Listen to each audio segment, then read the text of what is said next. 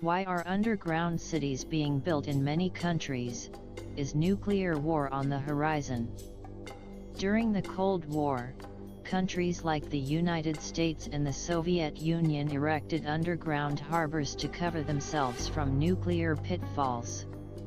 These harbors were designed to cover against nuclear attacks and to ensure survival in the event of such an attack.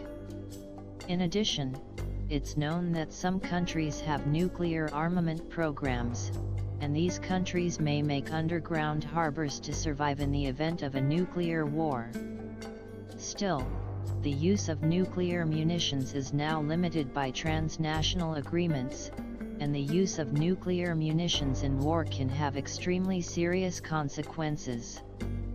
Thus, underground harbors are primarily erected to cover against natural disasters, terrorist attacks, or other extremities. Underground metropolises haven't only been erected to cover against nuclear wars, but also for survival in case of natural disasters, terrorist attacks, afflictions, and other exigency situations. Still, during the Cold War period, some countries erected underground harbors to cover themselves from the trouble of nuclear munitions in war. While the use of nuclear munitions is now limited by transnational agreements, some countries may still retain nuclear munitions and thus may make underground harbors to cover themselves from an implicit nuclear war. Nonetheless, underground metropolises can be used not only in war scripts, but also in exigency situations. For illustration, in a health extremity like an epidemic, underground harbors can give a place for cases to be quarantined and for healthcare workers to safely operate. Natural disasters may also bear the use of underground harbors, especially in disastrous events like earthquakes or surfs. Numerous countries around the world are erecting underground harbors or underground metropolises.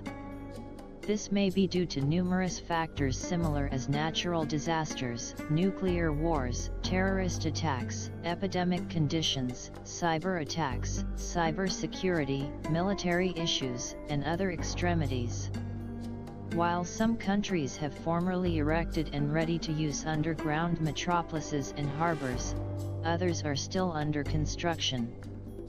For illustration, underground metropolises and harbors are relatively common in China, and these structures are used for civil defense purposes.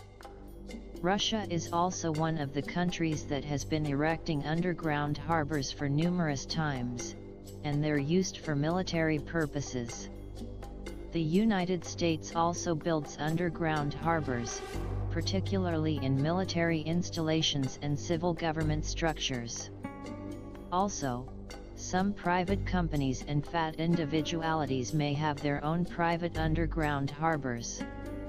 Other countries that are erecting underground harbors include Switzerland, Norway, Germany, France, England, Japan, India, Iran, North Korea, and South Korea.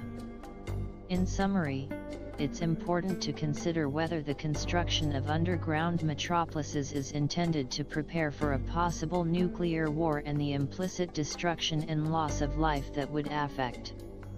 It's also important to flash back that nuclear wars would have a significant impact on the entire world population, and measures similar as erecting underground harbors should be taken to cover mortal life, rather than simply preparing for a war or disaster. Also, there have been enterprises that afflictions or other disasters could be designedly caused using natural munitions or artificial earthquakes, which further underscores the need for preparedness measures.